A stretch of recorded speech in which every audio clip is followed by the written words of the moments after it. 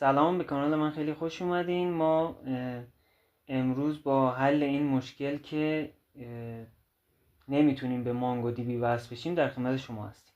همونجوری که الان دارین میبینید، من موس رو دارم اینجا تکون میدم، میگه که آقا ما نمیتونه کانکت بشه. اینجا رو ببینید، اینجا میگه که نمیتونه کانکت بشه به مانگو دی بی. خب ما اینجا به سرور مانگو دی بی نمیتونه کانکت بشه. ما میایم اولین کاری که میکنیم، خب یعنی شما اولین کاری که باید بکنید اینه که برید توی تاسک منیجر و چک بکنید که اصلا چیزتون روشنه یا نه، سرویس مانگو دی بی روشنه، یعنی رانینگه یا خیر یا استاپه.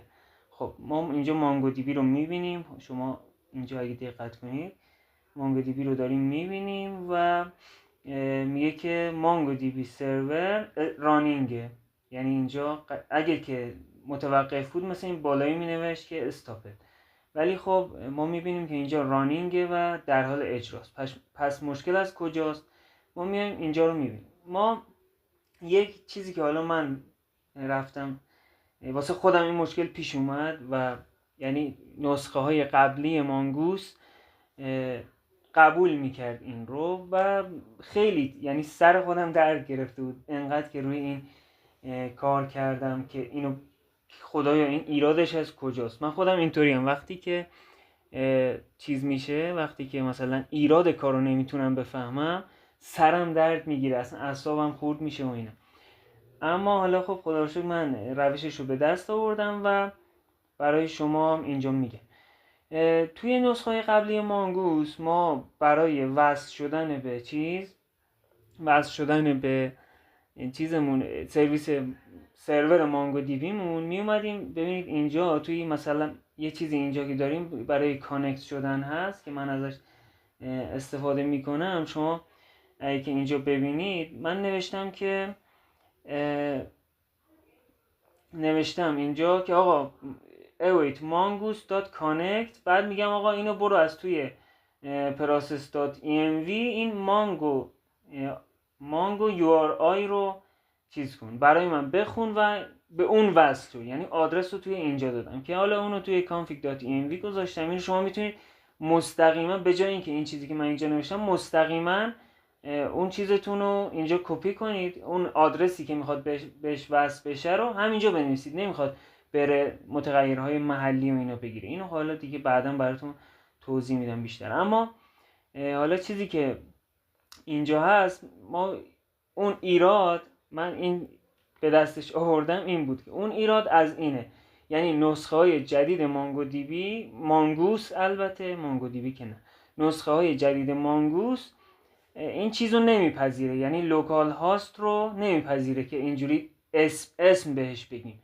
باید آی پی بهش بدیم. آی پی لوکال هاست در همه چیزها، در همه لپتاپ ها، در همه سرورها، در همه جا آی پی لوکال هاست چیزه.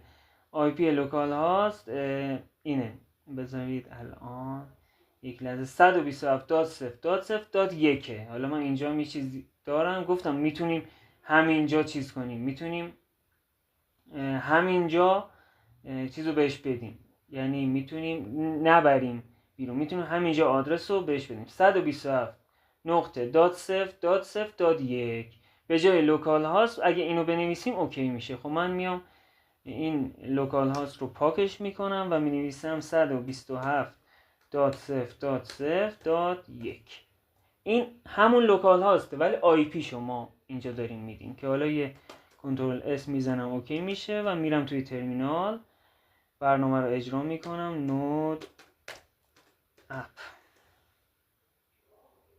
برنامه با نود جی اس بالاست. ببینید سریعا آورد، یعنی اولا که میگه server is running on port 3000، نمیتونم انگلیسیشو بگم، و مانگو دی بی کانکتد و روبروش هم میگه به چی کانکت شده، به 127.1.1.3. و اون مشکلی که بود، ببینید قبل از اینم ما یک مشکلی که داشتیم این بود که وصل نمیشد. ببینید اینجا گفته بود server is running on port 3000، اما زیرش که میخواد به مانگو دی بی بگه که وصل شد یا نه، میگه آقا من نمیتونم به لوکال هاست وصل بشم.